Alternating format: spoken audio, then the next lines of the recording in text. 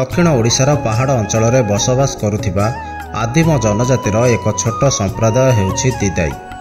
सेमाने मुख्यतः पहाड़ उपरे बण जंगल मध्य छोट छोट जनबसति करी रहिथांती।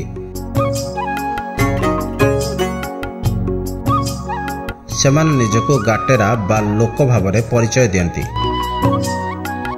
सेमाने बंडा गड़बा एवं परजा आदिम जनजातिर अंशीदार बोली कहिथांती।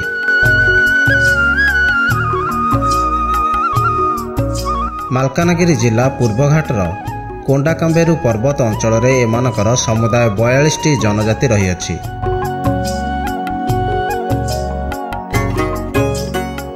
दिदाई बस्तीगुड़िक प्रायतः झरणा निकट में रही थाए।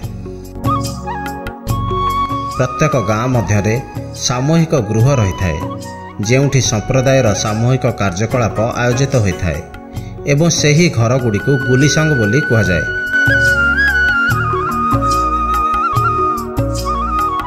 दिदाई आदिवासी माने जीविका निर्वाह पाई पहाड़ उपरे स्थानांतरित कृषि करने सह समतल जमी रे धान चाष एवं अन्यान्य पनीपरिबा चाष करिथांती।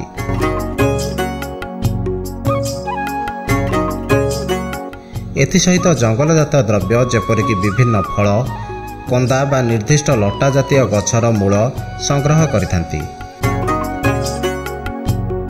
घर निकट में छोट छोट बगीचा करी सेमाने मध्य विभिन्न ऋतुकालीन पनीपरिबा चाष करिथांती। एथिसहित सेमाने विभिन्न गृहपालित पशुपालन मध्य करिथांती। एमानक जनसंख्या खूब कम। 2011 मसीहा जनगणना अनुसार सेमानकर मोट जनसंख्या 7250 रही अछि।